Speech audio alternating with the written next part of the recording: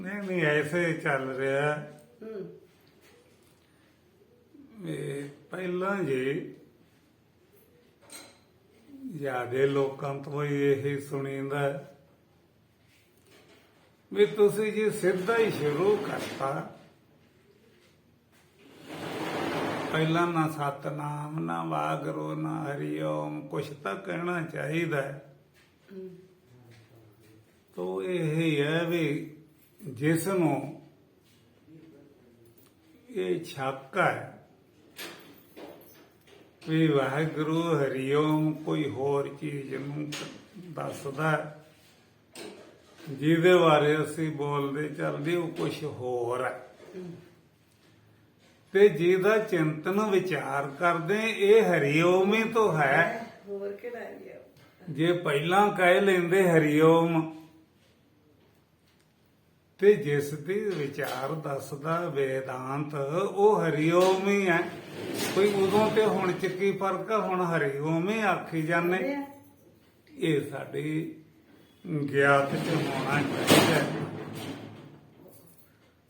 ਤਾਂ ਇੱਥੋਂ ਆ ਵੀ ਵਾਹਿਗੁਰੂ ਜਿਹੜੇ ਕਈ ਸੱਜਣ, ਕਿਉਂਕਿ ਜਿਹੜੇ ਸਾਡੇ ਨਾਲ ਰਹੇ ਆ ਬਚਪਨ ਤੋਂ, ਇਹ ਮੁੰਡੇ ਕੁਛ ਕਾਲ ਤੋਂ,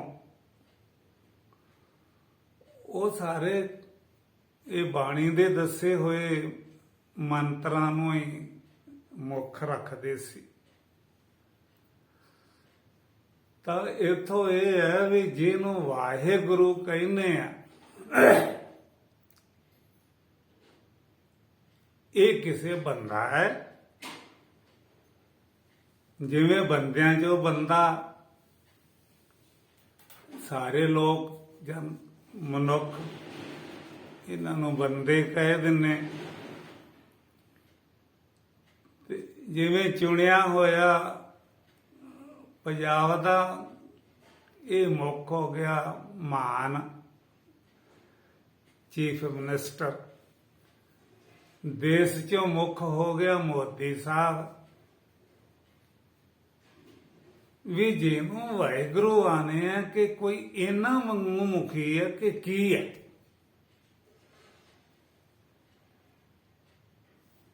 ਤਾਂ 90% ਲੋਕ ਕਾਸੇ ਦਾ ਨਹੀਂ ਪਤਾ, 10% ਲੋਕ ਹੋਣਗੇ ਜਿਨ੍ਹਾਂ ਨੂੰ ਇਹਦਾ ਪਤਾ ਵੀ ਹੋਊਗਾ। ਜਦੋਂ ਪਤਾ ਹੀ ਨਹੀਂ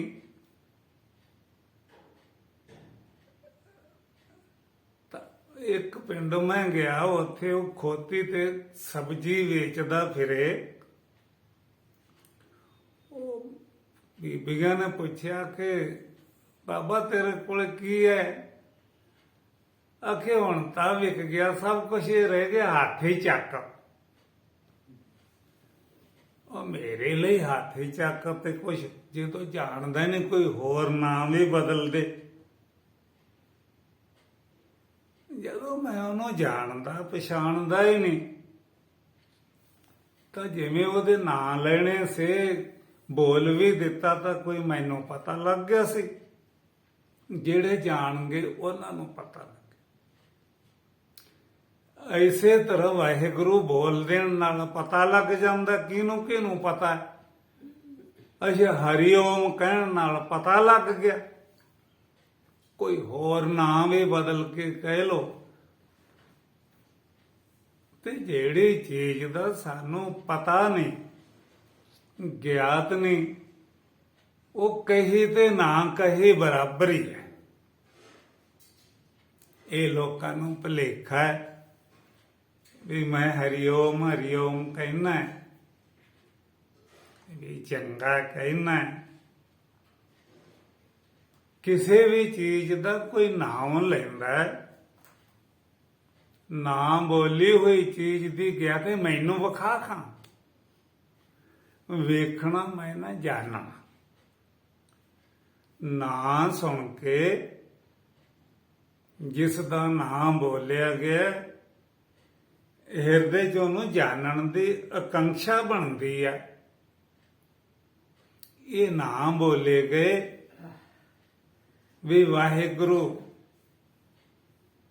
ਜਿਹੜਾ ਬੋਲੂਗਾ, ਜਿਹੜਾ ਸੁਣੂਗਾ, ਉਹਦੇ ਹਿਰਦੇ 'ਚ ਬੋਲਣ ਦੀ ਆਕਾਂਖਿਆ ਜਾਗੂਗੀ। ਜਿਹੜਾ ਬੋਲੂਗਾ ਉਹਦੇ 'ਚ ਜਾਣਨ ਦੀ ਆਕਾਂਖਿਆ ਬਣੂਗੀ। ਤਾਂ ਹੁਣ ਇੱਥੋਂ ਇਹ ਲੈ ਲਓ ਵੀ ਕਿੰਨੇ ਕੁ ਲੋਕ ਹੈ ਆਪਣੀ ਵੇਸ ਬਣਾ ਕੇ ਵੀ ਸਾਹਮਣੇ ਆਉਂਦੇ ਆ, ਵੀ ਮੇਰੇ ਵੇਸ ਨੂੰ ਵੇਖ ਕੇ ਤਾਂ ਆਖਣਗੇ ਨਾ ਵੇਖ ਚਿੱਟਾ ਸਾਫਾ ਗਲ 'ਚ,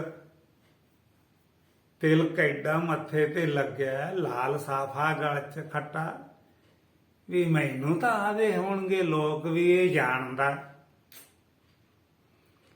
ਲੋਕਾਂ ਦਾ ਇਹ ਆਖਿਆ ਵੀ ਇਹ ਜਾਣਦਾ ਹੈ, ਜਿਹੜਾ ਇਹ ਗਿਆਨੀ ਜੀ ਬੈਠਾ ਇਹ ਜਾਣਦਾ ਹੈ, ਜਿਹੜਾ ਤਿਲਕ ਲਾ ਕੇ ਬੈਠਾ ਇਹ ਜਾਣਦਾ ਹੈ, ਜਿਹੜਾ ਮਾਲਾਂ ਪਾ ਕੇ ਏਡੀ ਏਡੀ ਬੈਠਾ ਤੇ ਜਿਹਦੇ ਮੋਢਿਆਂ ਨੂੰ ਮਾਲਾਂ ਵੀ ਬੱਧੀਆਂ ਗਲ 'ਚ ਵੀ ਪਾਈਆਂ, ਇਹ ਤਾਂ ਜਾਣਦਾ ਹੀ ਹੋਊਗਾ। ਇਹ ਲੋਕਾਂ ਤੋਂ ਅਖਵਾ ਕੇ ਵੀ ਲੋਕ ਆਖਣ, ਜੇ ਸਾਰੇ ਸ਼ਹਿਰ ਵਾਸੀ ਦੇਸ਼ ਵਾਸੀ ਇਹ ਗੱਲ ਕਹਿ ਦੇਣ ਵੀ ਆਹ ਮਾਲਾਂ ਪਹਿਨੀ ਵਾਲਾ ਇਹ ਜਾਣਦਾ ਹੈ, ਤਾਂ ਫੇਰ ਤੈਨੂੰ ਪਤਾ ਲੱਗ ਜੂ। ਅਗਰ ਕੋਈ ਸਾਫਾ ਗਲ 'ਚ ਪਾਇਆ, ਕੋਈ ਹੋਰ ਚਿੰਨ੍ਹਵਾਰ ਧਾਰ ਕੇ ਐ ਖੂਬ ਬੈਠਾ ਹੈ, ਉਹਨੂੰ ਸਾਰੇ ਪੰਜਾਬ ਵਾਸੀ ਔਰ ਅਥਵਾ ਸਾਰੇ ਭਾਰਤ ਵਾਸੀ ਇਹ ਕਹਿਣ ਵੀ ਇਹ ਤਾਂ ਜੀ ਕੁਛ ਜਾਣਦਾ ਹੈ। ਤਾਂ ਜੇ ਖੁਦ ਨਹੀਂ ਜਾਣਦਾ ਤੇ ਉਹਨਾਂ ਦੇ ਕਹਿਣੇ ਤੇ ਇਹਨੂੰ ਇਹ ਜਾਣ ਪਤਾ ਲੱਗ ਜਾਂਦਾ ਵੀ ਜਿਹਨੂੰ ਮੈਂ ਵਾਹਿਗੁਰੂ ਕਹਿਣਾ ਉਹ ਜਾਣ ਗਿਆ।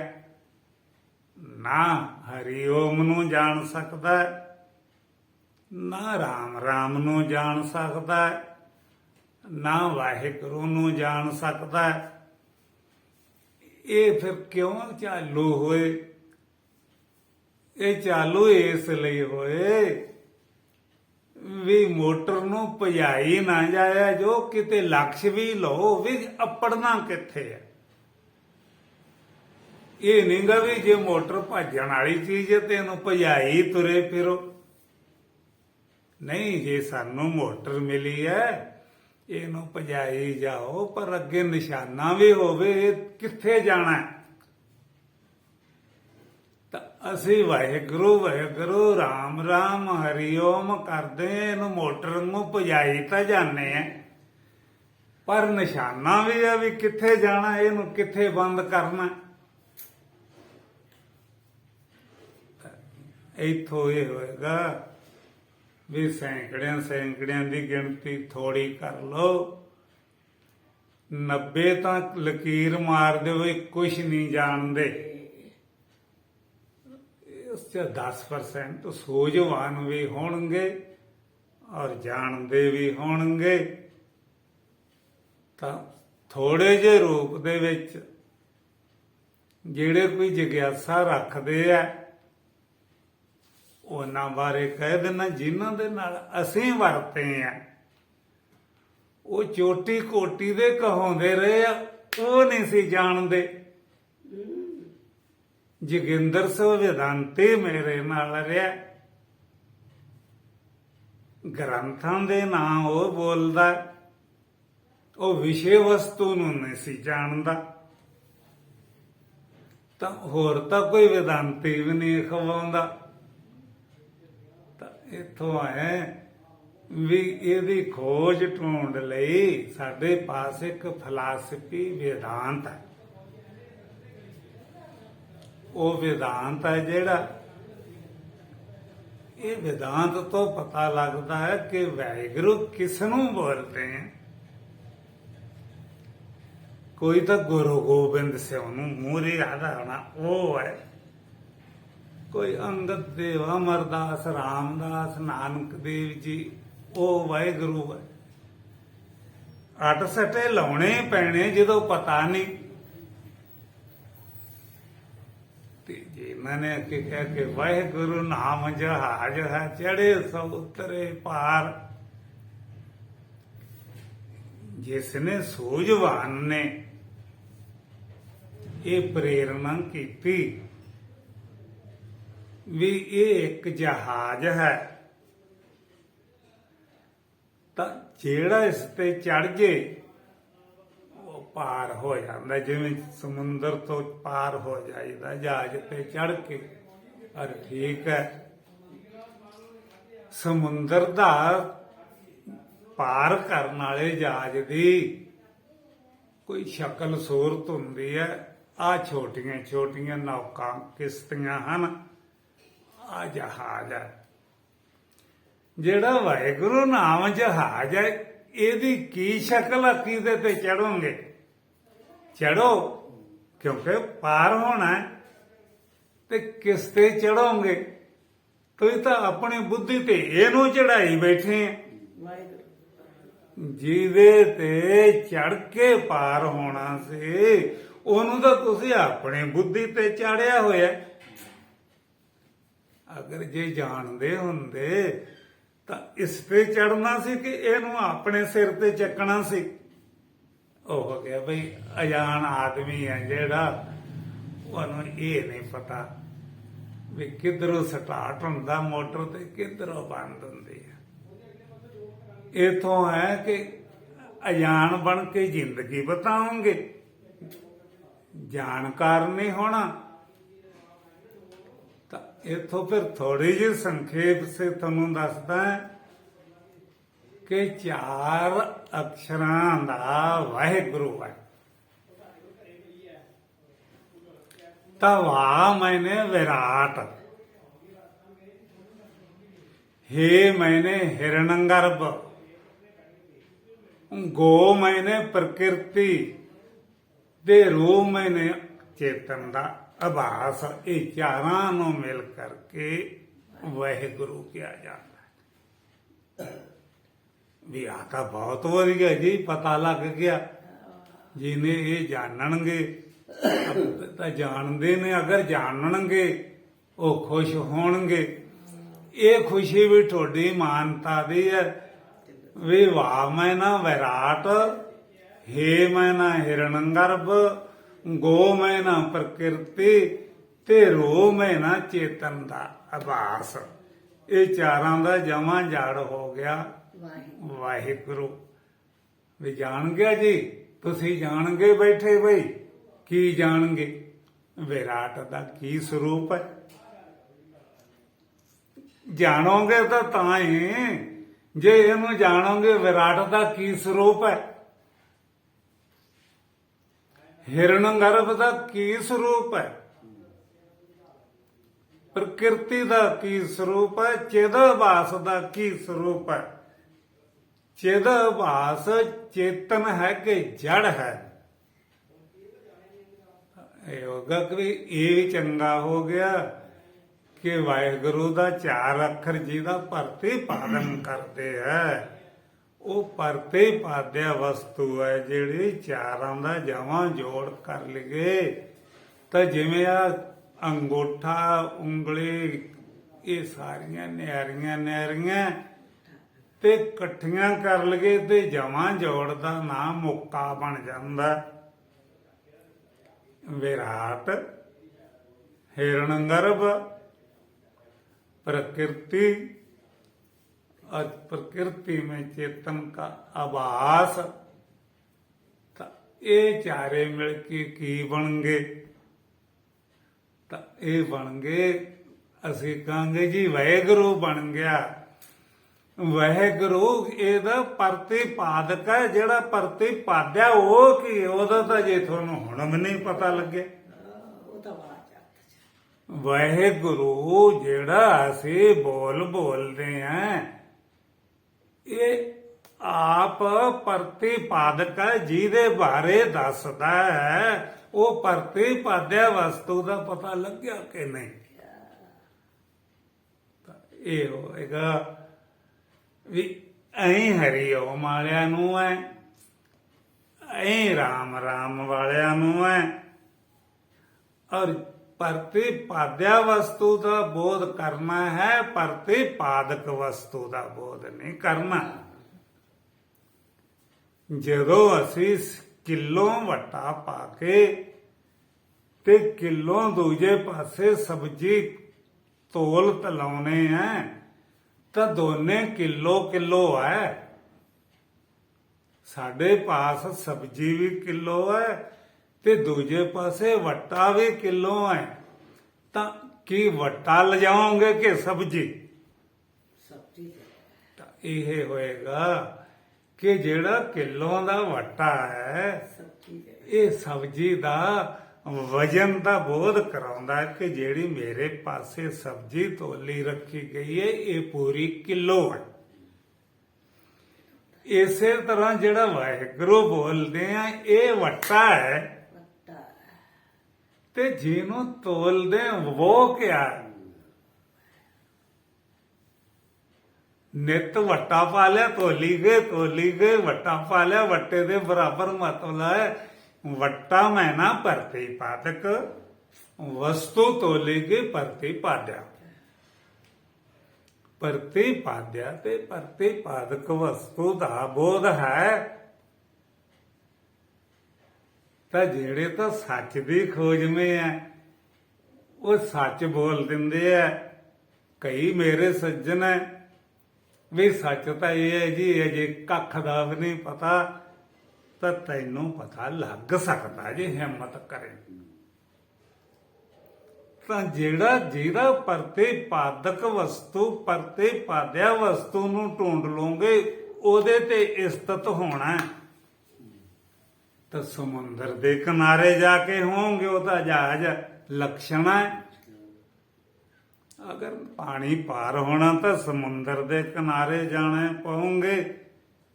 ਤੇ ਜੇ ਤੋਂ ਗੁਰੂ ਲੋਕਾਂ ਸੰਤ ਲੋਕਾਂ ਨੇ ਪਾਰ ਲਈ ਕਿਹਾ ਉਹ ਕਿੱਥੇ ਜਾਓਗੇ? ਇਹ ਹੈ ਵੀ ਸਾਡੇ ਕੋਲੇ ਵੇਦਾਂਤ ਤੋਂ ਬਗੈਰ ਜੋ ਦੁਨੀਆ ਦੀਆਂ ਭਾਸ਼ਾ ਪੜ੍ਹ ਕੇ ਆ ਜੇ, ਜੋ ਦੁਨੀਆ ਦੀਆਂ ਕਿਤਾਬਾਂ ਪੜ੍ਹ ਲੋ, ਇਹ ਵੇਦਾਂਤ ਕਹੇਗਾ ਕਿ ਪੋਥੀ ਪੰਨਾ ਫਾੜ ਕੇ ਵਿਚਰੋ ਹੋ ਨਿਰਧਾਰ। ਕਦੋਂ ਨਿਸ਼ਚਾ ਹੋਊਗਾ? ਨਿਸੰਸ਼ੇ ਹੋਣਗੇ ਵੀ ਗ੍ਰੰਥਾਂ ਨੇ ਜਿੰਨੀ ਮੇਰੀ ਮਦਦ ਕਰਨੀ ਸੀ ਕਰਤੀ। ਜਿਹੜੀਆਂ ਪੋਥੀਆਂ ਪੁਸਤਕਾਂ ਹਨ ਇਹਨਾਂ ਨੇ ਜਿੰਨੀ ਮਦਦ ਕਰਨੀ ਸੀ ਕਰਤੀ। ਤੇ ਅੱਗੇ ਉਹ ਚੀਜ਼ ਦਾ ਹਾਸਲ ਕਰੋ ਜਿਹਦੇ ਲਈ ਇਹ ਅਸੀਂ ਪੜ੍ਹਦੇ ਸਾਂ। ਤਾਂ ਇਥੋਂ ਇਹ ਨਿਕਲੇਗਾ ਕਿ ਬੜੀ ਔਖੀ ਹੈ ਅਧਿਆਰੋਪ ਚੀਜ਼ਾਂ ਦਾ ਅਪਵਾਦ ਕਰਨਾ। ਤਾਂ ਇਥੋਂ ਇਹ ਹੀ ਆ ਜਾਂਦਾ ਹੈ ਕਿ ਵੇਦਾਂਤ ਦੇ ਕੋਈ ਨਿਯਮ ਹੈ। ਇਹ ਨਿਯਮ ਕੀ ਕਹਿੰਦੇ ਆ ਕਿ ਇਹ ਵੇਦਾਂਤ 4 ਪ੍ਰਕਾਰ ਦੇ ਭਾਗ ਬਣਾ ਕੇ ਦੱਸਦਾ ਹੈ, ਜਿਹਦੇ ਚ 4 ਭਾਗ ਵਿਦਵਾਨਾਂ ਨੇ ਆਕਾਸ਼ ਦੇ ਬਣਾਏ। ਵੈਸੇ ਆਕਾਸ਼ ਦਾ ਭਾਗ ਨਹੀਂ ਹੁੰਦਾ, ਉਹ ਵੀ ਦੱਸਣ ਲਈ ਅਖੇ ਚਤਰ ਭਾਤ ਕਾ ਚੇਤਨ ਕਹਿਓ। 4 ਭਾਗ ਘਟਾਕਾਸ਼, ਜਲਾਕਾਸ਼ और मेघाकाश और महाआकाश, ये 4 भाग बनाते। ਵੀ ਜਿਵੇਂ ਆਕਾਸ਼ ਦੇ 4 ਭਾਗ ਹੈ ਇਸੇ ਤਰ੍ਹਾਂ ਤੁਸੀਂ ਚੇਤਨ ਦੇ 4 ਭਾਗ ਸਮਝ ਲੈਣਾ। ਤਾਂ ਚੇਤਨ ਦੇ 4 ਭਾਗ ਕਿਹੜੇ ਆ? ਆਖੇ ਆਤਮਾ, ਕੁਟਸਥ, ਈਸ਼ਵਰ ਤੇ ਬ੍ਰਹਮ। ਈਸ਼ਵਰ ਅਤੇ ਬ੍ਰਹਮ। ਬਾਤ ਤਾਂ ਇਹ ਰਹਿ ਗਈ ਵੀ ਚਾਰ ਪ੍ਰਕਾਸ਼ ਦੇ ਆਕਾਸ਼ ਦੀ ਤੁਹਾਨੂੰ ਏਕਤਾ ਕਰਨੀ ਆਉਂਦੀ ਆ ਕਿ ਨਹੀਂ? ਨਹੀਂ ਜੀ, ਇਹ ਤਾਂ ਇੱਕੋ ਹੀ ਹੈ। ਇਹ ਠੀਕ ਹੈ। ਤੂੰ ਆਕਾਸ਼ ਦੇ ਵਿੱਚੋਂ ਬਾਹਰ ਨਿਕਲ ਸਕਦਾ ਹੈ? ਕੋਈ ਐਸਾ ਹੈ? ਅਰਬਾਂ ਦੀ ਗਿਣਤੀ ਤੋਂ ਉੱਤੇ ਭਾਰਤ ਵਾਸੀ ਤੇ ਬਾਕੀ ਦੂਜੇ, ਇਹਨਾਂ ਅਰਬਾਂ ਦੀ ਗਿਣਤੀ ਵਾਲਿਆਂ ਚੋਂ ਗਿਆਨੀ ਪੁਰਸ਼ਾਂ ਨੂੰ ਤਾਂ ਕੱਢ ਦਿਓ, ਉਹ ਸਾਰੇ ਨਿਆਰੇ ਆ। ਬਾਕੀ ਕੋਈ ਕਰੋੜ ਕੱਢ ਦਿਓ, ਗਿਆਨੀ ਪੁਰਸ਼ ਵੀ ਇੰਨੇ ਜੋ ਜੇ, ਤੇ ਬਾਕੀ ਤੁਸੀਂ ਆਕਾਸ਼ ਚੋਂ ਨਿਕਲ ਸਕਦੇ ਆ? ਨਿਕਲ ਕੇ ਵਿਖਾਓ। ਤੇ ਆਕਾਸ਼ 'ਚ ਵੜ ਸਕਦੇ ਆ? ਵੜ ਕੇ ਵਿਖਾਓ। ਤੁਸੀਂ ਨਾ ਆਕਾਸ਼ ਦੇ ਵਿੱਚ ਵੜ ਸਕਦੇ ਆ ਤੇ ਨਾ ਹੀ ਬਾਹਰ ਨਿਕਲ ਸਕਦੇ ਆ। ਤੇ ਜਿਹਨੂੰ ਵਾਹਿਗੁਰੂ ਬੋਲਦੇ ਆ, ਇਹਦੇ ਵਿੱਚ ਵੜ ਜਾਓਗੇ, ਹਰੀ ਓਮ 'ਚ ਵੜ ਜਾਓਗੇ ਕਿ ਨਿਕਲ ਜਾਓਗੇ? ਜਿਹਨੂੰ ਹਰੀ ਓਮ ਵਾਹਿਗੁਰੂ ਸਤਨਾਮ ਬੋਲਦੇ ਆ, ਇਹਦੇ ਵੀ ਨਾ ਤੁਸੀਂ ਵਿੱਚ ਵੜ ਸਕਦੇ ਆ ਤੇ ਨਾ ਇਹਦੇ ਵਿੱਚੋਂ ਬਾਹਰ ਨਿਕਲ ਸਕਦੇ ਆ। ਯਾਰ ਕਸੂਤਾ ਜਿਹਾ ਵਿਹਾਰ ਬਣਾਤਾ ਵੀ ਇਹਦੇ ਲਈ ਲਕਸ਼ਣ ਆਕਾਸ਼ ਹੈ ਕਿ ਨਿਕਲੋ ਆਕਾਸ਼ ਚੋਂ। ਆਕਾਸ਼ ਮੈਂ ਨਾ ਖਾਲੀ ਪੋਲ, ਨਿਕਲੋ ਪੋਲ ਚੋਂ ਬਾਹਰ ਤੇ ਵੜੋ ਪੋਲ ਚ। ਤਾਂ ਇਹ ਨਿਕਲ ਗਏ ਯਾਰ, ਨਿਕਲ ਗਈ ਕਿ ਪੋਲ ਦੇ ਵਿੱਚ ਹੀ ਹੈ ਤੇ ਬਾਹਰ ਨਿਕਲ ਨਹੀਂ ਸਕਦੇ। ਤੇ ਜਿਹਨੂੰ ਤੁਸੀਂ ਹਰਿਓਮ ਤੇ ਵਾਹਿਗੁਰੂ ਆਨੇ, ਇਸੇ ਤਰ੍ਹਾਂ ਇਹਦੇ ਵਿੱਚ ਇਹ ਹਰਿਓਮ ਤੇ ਵਾਹਿਗੁਰੂ ਕੀ ਆਖੇ ਅੰਤਰ ਬਾਹਰ ਏਕ ਰਸ, ਜੋ ਚੇਤਨ ਪਰਿਪੂਰ ਵਿਭੂ ਨਭ ਸਮ ਸੋ ਬ੍ਰਹਮ ਹੈ। ਨਹਿ ਨੇੜੇ ਨਹਿ ਦੂਰ। ਪਤਾ ਲੱਗਿਆ? ਬਥੇਰੇ ਸਾਧਨ ਸਾਧੇ, ਇੱਥੋਂ ਆਏਗਾ ਜਿੰਨਾ ਚਿਰ ਵਿਦਾਂਤ ਦੇ ਵੱਟੇ ਨਾਲ ਨਹੀਂ ਤੁਲਦੇ, ਉਹਨਾਂ ਚਿਰ ਤੁਹਾਡਾ ਵਜਨ ਪੂਰਾ ਹੋਣੇ ਵਾਲਾ ਨਹੀਂਗਾ। ਜੋ ਮਰਜ਼ੀਆਂ ਪੋਥੀਆਂ ਪੜ੍ਹ ਲਓ, ਜੋ ਮਰਜ਼ੀ ਹੈ। ਵੈਸੇ ਕੀੜੀ ਤੋਂ ਲੈ ਕੇ ਹਾਥੀ ਤਾਈਂ ਮਾਨਵ ਦਾਨਵ, ਇਹ ਸਾਰੇ ਆਪਣਾ ਆਪਾ ਹੈ, ਕੋਈ ਦੂਜਾ ਨਹੀਂਗਾ। ਗਿਆਨੀ ਦੂਜਾ ਨਹੀਂ, ਅਗਿਆਨੀ ਦੂਜਾ ਨਹੀਂ, ਜੋਗੀ ਦੂਜਾ ਨਹੀਂ, ਭੋਗੀ ਦੂਜਾ ਨਹੀਂ। ਫਿਰ ਕੀ ਹੈ? ਇਹ ਜਿਹੜਾ ਅਹਮ ਅਹਮ ਅਹਮ ਵਿਗਿਆਨ ਹੋ ਰਿਹਾ ਕਿ ਨਹੀਂ? ਉਹ ਅਹਮ ਕੀ ਕਿ ਮੈਂ ਹੂੰ ਮੈਂ ਹੂੰ ਮੈਂ ਹੂੰ। ਇਹ ਜਿਹੜਾ ਵਿਗਿਆਨ ਅੰਦਰੀ ਜਾਗ ਹੋ ਰਿਹਾ ਹੈ, ਆਦਮੀ ਦੇ ਅੰਦਰ ਕੀ ਇਹ ਵਿਗਿਆਨ ਹੋ ਰਿਹਾ? ਮੈਂ ਆਵਾਂ। ਮੱਖੀ ਦੇ ਅੰਦਰ ਵੀ ਮੈਂ ਹੋ ਰਿਹਾ, ਕੁੱਤੇ ਦੇ ਅੰਦਰ ਵੀ ਮੈਂ ਹੋ ਰਿਹਾ, ਹਾਥੀ ਦੇ ਅੰਦਰ ਵੀ ਆਪਣੇ ਆਪ ਦਾ ਮੈਂ ਹੋ ਰਿਹਾ। ਮਾਨਵ ਦਾਨਵ ਦੇ ਅੰਦਰ ਵੀ ਜਿਵੇਂ ਇਹ ਕਿਸੇ ਨਾਲ ਮਨੁੱਖ ਸਰੀਰ ਬੈਠਾ ਹੈ, ਇਹ ਆਪਣੇ ਆਪ ਦੇ ਵਿੱਚ ਕਹਿ ਰਿਹਾ ਮੈਂ ਕੱਲ ਨੂੰ ਐਂ ਕਰੂੰ, ਐਂ ਨਾ ਕਰਾਂ। ਇਹਦੇ ਅੰਦਰ ਇੱਕ ਵਿਗਿਆਨ ਜਾਗਦਾ, ਇਹ ਮੈਂ ਆ। ਤੇ ਮੱਖੀ ਦੇ ਅੰਦਰ ਵੀ ਮੈਂ ਹੀ ਆ, ਹਾਥੀ ਦੇ ਅੰਦਰ ਵੀ ਮੈਂ ਹੀ ਆ। ਇਤਿਹਾਦਕ ਲੈ ਕਰਕੇ ਜੋ ਸੂਝਵਾਨ ਆ, ਉਹਦੇ ਅੰਦਰ ਵੀ ਮੈਂ। ਸੂਝਵਾਨ ਕੀ ਕਹਿੰਦਾ? ਮੈਂ। ਤੇ ਬੇਸਮਝ ਕੀ ਕਹਿੰਦਾ ਮੈਂ ਵੈ ਸ਼ਕਤੀ ਇਹ ਮੈਂ ਨੂੰ ਪਛਾਣਿਆ ਕਿ ਨਹੀਂ ਪਛਾਣਿਆ।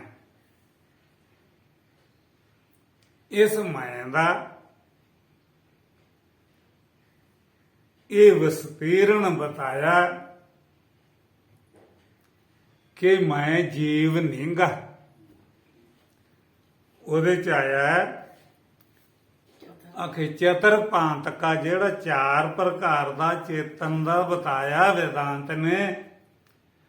ਆਖੇ ਚਤਰ ਭਾਂਤਕਾ ਚੇਤਨ ਕਹਿਓ ਤਾਵੇਂ ਮਿਥਿਆ ਜੀਵ। ਗਮਨ ਆਗਮਨ ਸੋ ਕਰੇ ਚਿੱਤ ਕੁਟਸ ਕੁਟਸਤ ਅਸੀਂ ਸੋ ਸੀਵ। ਇਹਦੇ ਚ ਆ ਗਿਆ ਜਿਹੜਾ ਚਤਰ ਭਾਂਤ ਦਾ ਚੇਤਨ ਦੀ ਬਾਤ ਕੀਤੀ ਹੈ। ਆਤਮਾ ਕੁਟਸਤ ਈਸ਼ਵਰ ਈਸ਼ਵਰ ਬ੍ਰਹਮ ਔਰ ਬ੍ਰਹਮ, ਇਹ ਸਾਰਾ ਕੁਝ ਆ ਗਿਆ ਤੇ ਜੀਵ ਤਾਂ ਆਇਆ ਹੀ ਨਹੀਂ ਵਿੱਚ।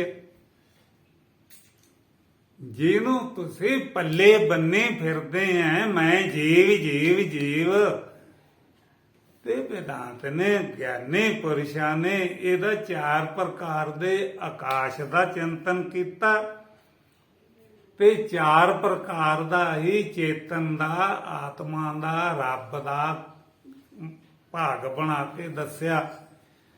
ਤੇ ਇਸ 4 ਪ੍ਰਕਾਰ ਦੇ ਵਿੱਚ ਜੀਵ ਦਾ ਲੱਲਾ ਖੱਖਾ ਨਹੀਂ ਆਇਆ। ਤਾਂ ਕੀ ਕਿਹਾ? ਅਖੇ ਚਤਰ ਭਾਤ ਕਾ ਚੇਤਨ ਕਹਿਓ ਤਾਵੇਂ ਮਿਥਿਆ ਜੀਵ।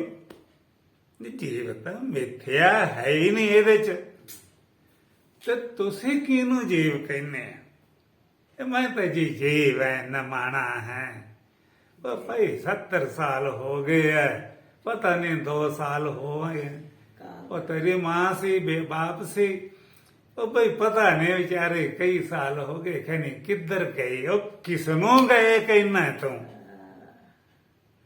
ਆਏ ਕਿਹਨੂੰ ਕਹਿਣਾ? ਤਾਂ ਇਹਨੂੰ ਪਛਾਣ ਲਿਆ। ਅਖੇ ਗਮਨ ਆਗਮਨ ਸੋ ਕਰੇ, ਚਿੱਤ ਕੁਟਸ ਜਿਹਨੂੰ ਚੇਤਨ ਮੈਂ ਦੇ ਵਿੱਚ ਵਿਗਿਆਨ ਜਾਗ ਰਿਹਾ, ਇਹ ਤਾਂ ਜਾਂਦਾ ਨਹੀਂ ਕਿਤੇ। ਤੇ ਜਿਹਨੂੰ ਕਿਹਾ ਕਿ ਗਮਨ ਆਗਮਨ ਸੋ ਕਰੇ, ਉਹ ਜਾਣਿਓ ਉਹ ਕੌਣ ਹੈ? ਚਿੱਤ ਕੁਟਸਤ ਸੋ ਸੀਵ। ਚੇਤਨ ਤਾਂ ਕੁਟਸਤ ਹੈ। ਕੁਟਸਤ ਮੈਂ ਨਾ ਮੇਰੇ ਆਹਰਣ, ਜਿਵੇਂ ਇੱਕ ਥਾਂ ਟਿਕੀ ਹੈ, ਕਿਧਰੇ ਨਹੀਂ ਹਿੱਲਦੀ, ਨਾ ਨੇਰੀ ਆਵੇ ਨਾ ਪਾਣੀ। ਆਪਣੀ ਕੁਟਸਤਤਾ ਤੇ ਆਪਣੀ ਤਟਸਥਤਾ ਨੂੰ ਪਛਾਣਿਆ ਕਿ ਨਹੀਂ? ਤੇ ਕੀ ਪਛਾਣੀ ਬੈਠਾ ਹੈ ਆਪ ਨੂੰ? ਉੱਥੇ ਫੇਰ ਆ ਜਾਂਦੀ ਸੀਗਾ ਵੀ ਬਾਣੀ ਦੀ ਤੁਕ ਨਹੀਂ ਕਹਿਣੀ, ਫਿਰ ਉਹ ਫੇਰ ਕਹਿਣੀ ਪੈ ਜਾਂਦੀ ਹੈ, ਕਿਉਂਕਿ ਜਨਮ ਤੋਂ ਲੈ ਕੇ ਬਾਣੀ ਵਿਚਾਰੀ ਹੈ। ਜੇ ਤੁਸੀਂ ਕੁਟਸਤ ਤਟਸਥਤਾ ਆਪਣੀ ਨਹੀਂ ਪਛਾਣੀ, ਤੇ ਗੁਰੂਆਂ ਨੇ ਫਿਰ ਇਹ ਕਿਹਾ ਹੈ ਕਿ ਮਨ ਤੂੰ ਜੋਤ ਸਰੂਪ ਹੈ। ਜੋਤ ਮੈਂ ਨਾ ਗਿਆਨ ਸਰੂਪ ਹੈ, ਤੇ ਗਿਆਨ ਸਰੂਪ ਕਰਕੇ ਆਪਣੋਂ ਪਛਾਣ ਲਿਆ ਕਿ ਨਹੀਂ? ਮਨ ਤੋਂ ਜੋਤ ਵੀ ਮਨ ਤੂੰ ਜੋਤ ਸਰੂਪ ਹੈ, ਆਪਣਾ ਆਪਣਾ ਮੂਲ ਪਛਾਣ। ਤੇ ਕਿੰਨੇ ਕ ਜਿਹੜੇ ਚਿਣ ਚਿਣ ਕੇ ਦਸਤਾਰਾਂ ਸਜਾਉਂਦੇ ਆ, ਮੂਲ ਪਛਾਣ ਵੀ ਦਸਤਾਰਾਂ ਵੀ ਚਿਣ ਚਿਣ ਸਜਾ ਲਓ, ਕਿਉਂਕਿ ਰੂਪ ਤੋਂ ਵੰਸ਼ਤ ਤਾਂ ਤੁਸੀਂ ਹੋ ਨਹੀਂ ਸਕਦੇ। ਪਰ ਚਲੋ ਜਿਹਨੂੰ ਗਿਆਨ ਸਰੂਪ ਕਿਹਾ ਉਹਨੂੰ ਤਾਂ ਪਛਾਣੋ ਕਿ ਨਹੀਂ ਪਛਾਣਨਾ?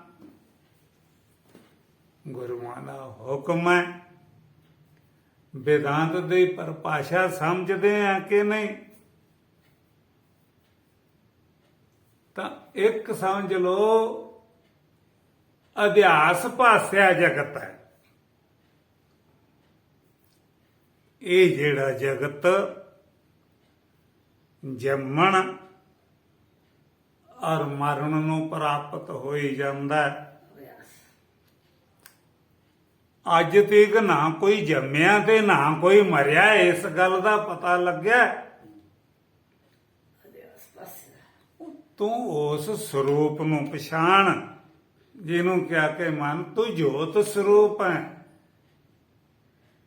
ਉਹ ਜੋਤ ਸਰੂਪ ਹੈ ਜਿਹੜਾ, ਇਹ ਗਿਆਨ ਹੈ ਜਿਹੜਾ, ਇਹ ਕਹੀਂ ਆਉਂਦਾ ਨਹੀਂ ਤੇ ਕਹੀਂ ਜਾਂਦਾ ਨਹੀਂ। ਤੁਸੀਂ ਕਿਹਨੂੰ ਕਿਹਾ ਕਿ ਉਹ ਤਾਂ ਵਿਚਾਰਾ ਜੀ ਕਈ ਸਾਲ ਹੋ ਗਏ ਮਰ ਕੇ, ਪਤਾ ਨਹੀਂ ਕਿੱਥੇ ਗਿਆ। ਜਦੋਂ ਤੂੰ ਕਿੱਥੋਂ ਆਇਆ ਪਹਿਲਾਂ ਉਹਦੀ ਛੱਡ ਗੱਲ, ਤੂੰ ਤਾਂ ਹੈਗਾ ਨਾ। ਹਾਂ ਹਾਂ ਮੈਂ ਤਾਂ ਹਾਂ, ਅੱਛਾ ਤੂੰ ਕਿੱਥੋਂ ਆਇਆ ਇਹ ਵੀ ਨਹੀਂ ਪਤਾ। ਕਿੱਥੇ ਰਹਿ ਰਿਹਾ ਇਹ ਵੀ ਨਹੀਂ ਪਤਾ। ਇਹ ਵੀ ਨਹੀਂ ਪਤਾ। ਤੇ ਕਿੱਥੇ ਜਾਏਗਾ ਇਹ ਵੀ ਨਹੀਂ ਪਤਾ। ਤੇ ਫਿਰ ਭਾਰੀ ਚੱਕੀ ਫਿਰਦਾ ਇਹਦਾ, 1.5 ਮਣ 2 ਮਣ ਪੌਣੇ 2 ਮਣ। ਇਹ ਭਾਰ ਢੋਣ ਵਾਸਤੇ ਹੈ। ਜਿੰਨਾ ਚ ਮਨੁੱਖ ਵੇਦਾਂਤ ਨੂੰ ਨਹੀਂ ਜਾਣਦਾ ਪੜਦਾ, ਵੇਦਾਂਤ ਇੱਕ ਜਿਵੇਂ ਡਿਗਰੀ ਉੱਚੀ ਹੈ, ਸੁਪਰੀਮ ਕੋਰਟ ਹੈ। ਥੱਲੇ ਥੱਲੇ ਵਕੀਲ ਪ੍ਰੈਕਟਿਸ ਕਰਦੇ ਆ ਛੋਟੀਆਂ ਅਦਾਲਤਾਂ 'ਚ, ਤੇ ਕੋਈ ਜਿਨ੍ਹਾਂ ਨੂੰ ਚੰਗਾ ਵਿਗਿਆਨ ਹੈ ਉਹ ਸੁਪਰੀਮ ਕੋਰਟ ਦੀ ਅਦਾਲਤਾਂ ਹੀ ਪਹੁੰਚਦੇ ਆ, ਕੇਸ ਲੜਦੇ। ਤੇ ਇਹ ਹਾਲ ਹੈ, ਛੋਟੀਆਂ ਛੋਟੀਆਂ ਅਦਾਲਤਾਂ 'ਚ ਹੀ ਮਨੁੱਖ ਫਿਰਦਾ ਹੈ। ਬਸ ਜੀ ਆਪਾਂ ਤਾਂ ਮੰਦਰ ਮੱਥਾ ਟੇਕ ਕੇ ਆਉਨੇ, ਗੁਰਦੁਆਰੇ ਮੱਥਾ ਟੇਕ ਕੇ ਆਏ ਤੇ ਘਰੇ ਆ ਗਏ, ਮੁੜ ਕੇ ਆਪਦੇ ਕੰਮ ਤੇ ਚਲੇ ਗਏ, ਤਾਂ ਉਹ ਚੰਗਾ ਹੈ। ਪਰ ਇਹ ਤੂੰ ਛੋਟੀਆਂ ਛੋਟੀਆਂ ਅਦਾਲਤਾਂ 'ਚ ਫਿਰਦਾ ਹੈ। ਸੁਪਰੀਮ ਕੋਰਟ ਤਾਈਂ ਆਪੜਨਾ ਅਜੇ ਬਾਕੀ ਹੈ। ਸੁਪਰੀਮ ਕੋਰਟ ਸਭ ਫੈਸਲੇ ਰੱਦ ਕਰ ਦਿੰਦਾ ਹੈ। ਜਦੋਂ ਸੁਪਰੀਮ ਕੋਰਟ ਦਾ ਹੁਕਮ ਹੋ ਗਿਆ, ਥੱਲੇ ਵਾਲੀਆਂ ਅਦਾਲਤਾਂ ਦੇ ਸਾਰੇ ਫੈਸਲੇ ਰੱਦ ਹੋ ਜਾਂਦੇ ਆ। ਵੇਦਾਂਤ ਲੋਕਾਂ ਦੀਆਂ ਗੱਲਾਂ ਬਾਤਾਂ, ਸੋਚਾਂ ਸਮਝਾਂ ਮਾਨਤਾਂ, ਇਹ ਸਾਰੀਆਂ ਨੂੰ ਰੱਦ ਕਰ ਦਿੰਦਾ ਹੈ। ਇਹਨੂੰ ਵੇਦਾਂਤ ਨੂੰ ਕੋਈ ਪੈਦਾ ਨਹੀਂ ਹੋਇਆ ਰੱਦ ਕਰਨ ਵਾਲਾ। ਕੋਈ ਹੈ ਪੈਦਾ ਤਾਂ ਬਾਂਹ ਖੜੀ ਕਰੂਗਾ ਵੀ ਮੈਂ ਰੱਦ ਕਰਦਾ। ਜੇ ਤੂੰ ਕਰੇਗਾ ਤਾਂ ਵੇਦਾਂਤ ਨਾਲ ਹੀ ਕਰੇਗਾ, ਜਿਸ ਕਾਸੇ ਨੂੰ ਰੱਦ ਕਰੇਗਾ। ਤਾਂ ਇਹ ਹੋ ਜਾਂਦਾ ਵੀ ਗਰੀਬ ਜਨਤਾ ਦੇ ਬੱਚੇ ਵੀ ਪੜ੍ਹਦੇ ਆ, ਇਹ ਸਹਿੰਦੇ ਭਜਦਿਆਂ ਦੇ ਬੱਚੇ ਵੀ ਪੜ੍ਹਦੇ ਆ, ਪਰ ਉਹ ਦਰਜਾ ਆਪਣੀ ਪਾਵਰ ਅਨੁਸਾਰ ਗਰੀਬ ਦੇ ਬੱਚਿਆਂ ਦੀ ਵੱਧ ਤੋਂ ਵੱਧ ਹੈ ਪਹੁੰਚ ਮਾਸਟਰ ਲੱਗ ਜਾਣਾ। ਇਸੇ ਤਰ੍ਹਾਂ ਹੀ ਇਹਨਾਂ ਦੀ ਪਹੁੰਚ ਹੈ ਕਿ ਬਈ ਬਸ ਹੋਰ ਤਾਂ ਕੁਛ ਨਹੀਂ, ਗੁਟਕਾ ਸਾਹਿਬ ਦਾ ਪਾਠ ਕਰ ਲਈਦਾ ਔਰ ਸਵੇਰੇ ਉੱਠ ਕੇ ਨਹਾ ਲਈਦਾ। ਇਹ ਮਾੜਾ ਹੈਗਾ, ਹੈ ਤਾਂ ਵਧ ਗਿਆ, ਪਰ ਇਹ ਤਾਂ ਵੇਖਣਾ ਵੀ ਪਏਗਾ ਕਿ ਇਦੋਂ ਅੱਗੇ ਹੈ ਕੁਛ ਕਿ ਨਹੀਂ। ਇਹ ਵੀ ਤੈਨੂੰ ਅੱਗੇ ਉਠਾਉਣ ਵਾਸਤੇ ਹੈ। ਸਾਰੀ ਜ਼ਿੰਦਗੀ ਨਿਕਲ ਗਈ ਗੁਟਕਾ ਸਾਹਿਬ ਪੜਦਿਆਂ ਦੀ, ਅੱਗੇ ਉੱਠਿਆ ਤੁਹਾਡੀ ਜੇਬ ਵਿੱਚ ਨੋਟ ਹੈ, ਤੁਸੀਂ ਆਪ ਨੂੰ ਕੁਝ ਮਹਿਸੂਸ ਕਰਦੇ ਯਾਰ ਚੌਧਰੀ ਹੈ, ਤੁਹਾਨੂੰ ਕਿਸੇ ਨੇ ਪਦ ਦੇਤਾ ਜੀ ਸਰਪੰਚ ਸਾਹਿਬ, ਤੂੰ ਦੂਜਿਆਂ ਮਨੁੱਖਾਂ ਤੋਂ ਆਪ ਨੂੰ ਅਲੱਗ ਮਹਿਸੂਸ ਕਰਦਾ। ਤੇਰੀ ਜੇਬ ਵਿੱਚ ਕੁਛ ਨਹੀਂ ਤੇ ਤੂੰ ਆਪ ਨੂੰ ਕੰਗਾਲ ਮਹਿਸੂਸ ਕਰਦਾ। ਤੇਰੀ ਥਾਲੀ ਦੇ ਘਰੇ ਖਾਣ ਲਈ ਥਾਲੀ 'ਚ ਭੋਜਨ ਆ ਗਿਆ ਤਾਂ ਤੂੰ ਆਪ ਨੂੰ ਤ੍ਰਿਪਤ ਮਹਿਸੂਸ ਕਰਦਾ। ਅਗਰ ਥਾਲੀ 'ਚ ਖਾਣਾ ਨਹੀਂ ਆਇਆ ਤਾਂ ਤੂੰ ਆਪ ਨੂੰ ਭੁੱਖਾ ਮਹਿਸੂਸ ਕਰਦਾ। ਤੇ ਜਦੋਂ ਤੂੰ ਗੁਟਕਾ ਸਾਹਿਬ ਪੜ੍ਹਦਾ ਬਾਹਰ, ਉਦੋਂ ਉਪਰੰਤ ਆਪ ਨੂੰ ਕੀ ਮਹਿਸੂਸ ਕਰਦਾ ਇਹ ਤਾਂ ਬਤਾ। ਵੀ ਤੂੰ ਗੁਟਕਾ ਸਾਹਿਬ ਦਾ ਪਾਠ ਕੀਤਾ, ਹੁਣ ਆਪ ਨੂੰ ਕੀ ਮਹਿਸੂਸ ਕਰ ਰਿਹਾ? ਇਹ ਹੋਏਗਾ ਵੀ ਸੱਚ ਇਹ ਤਾਂ ਇੱਕ ਮੈਂ ਰਹੁ ਰੀਤ ਬਣਾ ਲਈ ਨਹੀਂ। ਜੇ ਵਿਗਿਆਨਵਾਨਾਂ ਦੀ ਮਦਦ ਨਾਲ ਪੜ੍ਹੇਗਾ ਤੈਨੂੰ ਗੁਟਕਾ ਸਾਹਿਬ ਪੜ੍ਹ ਕੇ ਵੀ ਪਤਾ ਲੱਗੇਗਾ ਕਿ ਆਪ ਨੂੰ ਕਿਆ ਮਹਿਸੂਸ ਹੋ ਰਿਹਾ ਹੈ। ਇਹ ਤੋਂ ਪਹਿਲਾਂ ਕੀ ਮਹਿਸੂਸ ਹੁੰਦਾ ਸੀ, ਹੁਣ ਆਪ ਨੂੰ ਕੀ ਮਹਿਸੂਸ ਕਰਦਾ ਹੈ। ਕਿ ਜਦੋਂ ਭੁੱਖਾ ਮਰਦਾ ਸਾਂ ਉਦੋਂ ਕੀ ਮਹਿਸੂਸ ਕਰਦਾ ਸਾਂ, ਜਦੋਂ 4 ਮਣ ਦਾਣੇ ਆ ਗਏ ਹੁਣ ਕੀ ਮਹਿਸੂਸ ਕਰਦਾ ਹੈ। ਬਦਲਾਓ ਆ ਜਾਂਦਾ ਹੈ। ਜਦੋਂ ਤੂੰ ਗੁਟਕਾ ਸਾਹਿਬ ਨਹੀਂ ਪੜਦਾ ਸੀ ਉਦੋਂ ਕੀ ਮਹਿਸੂਸ ਕਰਦਾ ਸੀ ਆਪ ਨੂੰ, ਤੇ ਹੁਣ ਕੀ ਕਰਦਾ ਦੱਸ ਦੂਜਿਆਂ ਨੂੰ, ਉਹ ਵੀ ਪੜ ਕੇ ਦੱਸਣ ਵੀ ਯਾਰ ਗੁਟਕਾ ਸਾਹਿਬ ਪੜਨਾ ਚਾਹੀਦਾ। ਇਹ ਅੱਗੇ ਆਪ ਨੂੰ ਆ ਮਹਿਸੂਸ ਕਰਦਾ ਸੀ, ਹੁਣ ਇਹ ਮਹਿਸੂਸ ਕਰਦਾ ਸੀ। ਉਹਨਾਂ ਦੀ ਮਹਿਮਾ ਬਤਾਓ। ਜਦ ਤੂੰ ਗੁਟਕਾ ਸਾਹਿਬ ਨਹੀਂ ਪੜਦਾ ਸੀ, ਨਾ ਤੈਨੂੰ ਉਹਦਾ ਪਤਾ ਵੀ ਮੈਂ ਕੀ ਮਹਿਸੂਸ ਕਰਦਾ ਸੀ, ਤਾਂ ਹੁਣ ਨਿਤ ਗੁਟਕਾ ਸਾਹਿਬ ਦਾ ਪਾਠ ਕਰਦਾ, ਨਾ ਤੈਨੂੰ ਹੁਣ ਕੋਈ ਨਵੀਨ ਮਹਿਸੂਸ ਹੁੰਦਾ। ਉੱਥੇ ਦਾ ਉੱਥੇ ਤਾਂ ਫਿਰ ਫਲ ਕੀ ਇਹਦਾ, ਤੈਨੂੰ ਫਲ ਦਾ ਵੀ ਨਹੀਂ ਪਤਾ। ਇਹ ਲਿਖਣ ਵਾਲਿਆਂ ਨੇ ਜਿਹੜੇ ਜਾਣਦੇ ਕੁਛ ਨਹੀਂ, ਇਹ ਜੀ ਦੁੱਖ ਨਿਵਾਰਨ ਸਾਹਿਬ ਹੈ, ਇਹ ਚਿੰਤਾ ਪੂਰਨੀ ਕਰਦਾ ਪੂਰੀ, ਇਹ ਟਮਕਾਣਾ ਪੂਰਾ ਕਰਦਾ। ਤੇ ਜਿਹੜਾ ਇਹ ਪੂਰਾ ਕਰਦਾ ਇਹਨਾਂ ਨੂੰ ਕਿਸੇ ਨੂੰ ਵੀ ਨਹੀਂ ਪਤਾ ਵੀ ਇਹ ਪੂਰਾ ਕੀ ਕਰਦਾ। ਇਹ ਗੁਟਕਾ ਸਾਹਿਬ ਹੈ ਜਿਹੜਾ, ਇਹ ਰੋਟੀਆਂ ਦੇਣ ਵਾਸਤੇ ਨਹੀਂ। ਰੋਟੀ ਤਾਂ ਉਹ ਵਧੀਆ ਖਾਂਦੇ ਜਿਨ੍ਹਾਂ ਨੇ ਗੁਟਕੇ ਨੂੰ ਇੱਕ ਦਿਨ ਵੀ ਨਹੀਂ ਪੜਿਆ। ਜਿਨ੍ਹਾਂ ਨੇ ਇੱਕ ਦਿਨ ਵੀ ਗੀਤਾ ਨਹੀਂ ਪੜ੍ਹੀ ਉਹ ਵੀ ਰੋਟੀਆਂ ਵਧੀਆ ਖਾਂਦੇ, ਤੇ ਗੀਤਾ ਪੜ੍ਹ ਕੇ ਰੋਟੀਆਂ ਹੀ ਵਧੀਆ ਖਾਣਾ ਹੈ। ਕੋਈ ਔਰ ਨਵੀਨ ਮਹਿਸੂਸ ਕਰਦਾ ਤਾਂ ਇਹ ਹੋਏਗਾ। ਕੋਸ਼ਿਸ਼ ਕਰ, ਗਿਆਨੀ ਪੁਰਸ਼ਾਂ ਦੇ ਕੋਲੇ ਜਾਣਾ ਪਏਗਾ। ਇਹ ਇੱਥੇ ਇੱਕ ਲਾਤਾ ਬਈ, ਸਿੱਖਾਂ ਨੇ ਵੀ ਚੰਗਾ ਕੰਮ ਹੀ ਕੀਤਾ। ਚੰਗਾ ਇਸ ਲਈ ਕੀਤਾ ਵੀ ਸਾਥੋਂ ਤਾਂ ਕੋਈ ਗੁਰੂ ਹੁਣ ਗਾਂ ਬਣ ਨਹੀਂ ਸਕਿਆ, ਕੋਈ ਹੋਰ ਵੀ ਨਹੀਂ ਬਣਨ ਦੇਣਾ। ਬਸ ਬਸ ਕਿਸੇ ਨੂੰ ਗੁਰੂ ਸਿੱਖ ਸਹਿਣ ਨਹੀਂ ਕਰਦੇ ਵੀ ਜੇ ਥੋਥੋਂ ਨਹੀਂ ਗਾਂ ਬਣਦਾ ਤੇ ਬਣਨ ਦਿਓ। ਹਾਂ ਤੁਸੀਂ ਰੱਦ ਕਰ ਸਕਦੇ ਆ। ਕਿਵੇਂ ਕਰ ਸਕਦੇ ਆ ਕਿ ਤੁਹਾਨੂੰ ਗੁਰੂ ਦੀ ਮਹਿਮਾ ਦਾ ਪਤਾ ਹੋਣਾ ਚਾਹੀਏ। ਤਾਂ ਗੁਰੂ ਦੀ ਮਹਿਮਾ ਵੇਦਾਂਤ ਕੀ ਆਵੇ। ਜਿਹੜੇ ਨਿੱਕੇ ਨਿੱਕੇ ਗੁਰੂ ਬਣੇ ਫਿਰਦੇ ਆ,